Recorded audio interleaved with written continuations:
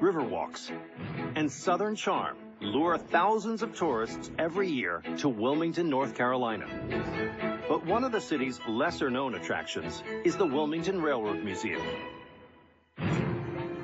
On display is a collection of antique model trains, an Atlantic Coastline conductor's uniform from the 1960s, and a 1945 Fairmont motor car used for inspecting tracks. But among these relics of the railway is an object with a distinctly ghoulish tale to tell. It stands 14 inches high and is 21 inches around. The object is made of spherical glass and encased in metal. It was designed to shed light and create signals for moving trains. And it's linked to a series of inexplicable incidents. This lantern recalls a freakish event that some say still haunts the state. This is a tale of redemption from beyond the grave.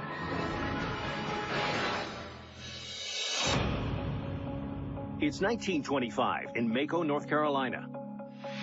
Two boys are walking along the railroad tracks on their way home when they spy something odd in the distance.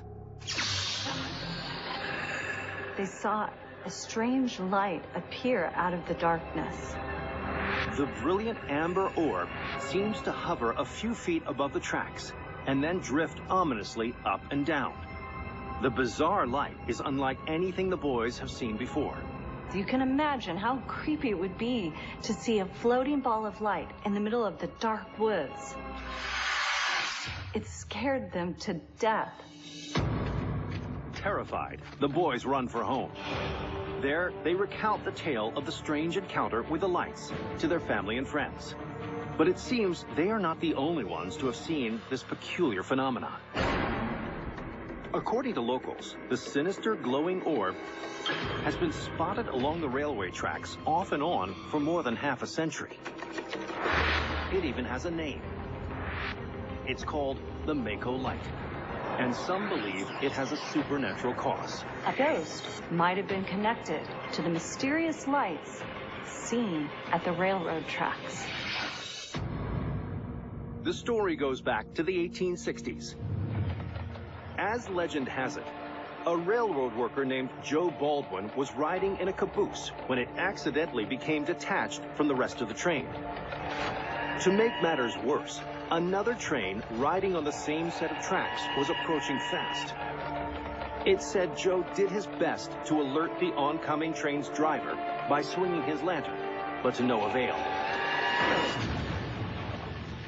The second train crashed into the caboose that Joe was in, killing him instantly. Soon after the tragedy, it's said that a strange, glowing orb could be seen near the site of the crash.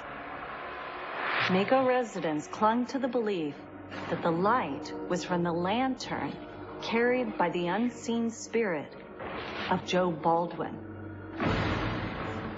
Over the years, many hundreds of people claim to have seen the Maco Light. Even President Grover Cleveland is thought to have seen it when his train stopped in Maco in 1889. Now, you can't really argue with the president. This was really legit. So is the Maco Light really a haunting sign from beyond the veil? True crime. It's the 1950s in North Carolina. For decades, residents have reported seeing a small glowing orb hovering above the town's railroad tracks. So what's the truth behind these bizarre sightings? In 2004, a local railroad historian named James C. Burke resolves to get to the bottom of the mystery. James Burke figured there had to be some explanation. Having grown up hearing the legend about the ghostly railroad worker, he had to discover if there was some truth to the fable. One theory that Burke comes across is that the specter is caused by car headlights flickering through the woods from nearby roadways. But history makes this theory improbable. Records proved that sightings predated the invention of the automobile. Others believe that the lights are the result of gas from a nearby swamp spontaneously combusting. Under the right conditions, stagnant water would combine with decaying organic matter to produce methane gas or swamp gas. When this occurs, sometimes balls of light can be seen. But if swamp gas were the cause, then the lights would have been seen in the area before the 1860s. So if science can't provide an answer, perhaps history can. Burke digs through historical records and finds an account of a rail worker named Charles Baldwin, who in 1856 was hit by a train while walking along the tracks at night. According to the report, the man had failed to light his lantern, and that was the reason the train didn't see him. Burke speculated that over time, the story of Charles Baldwin morphed, much like the game of telephone, into the story of Joe Baldwin. And to this day, many locals prefer to think that Baldwin is still out there, using his beacon to help others avoid the kind of tragedy that took his life. Perhaps it is the spirit of the dead railroad worker that is the reason for the mysterious Maco Light, that he shines his lantern so that others would not suffer his fate. This lantern, just like the one Baldwin would have used, is on display at the Wilmington Railroad Museum. It's an illuminating reminder of one of the nation's most enduring ghost stories.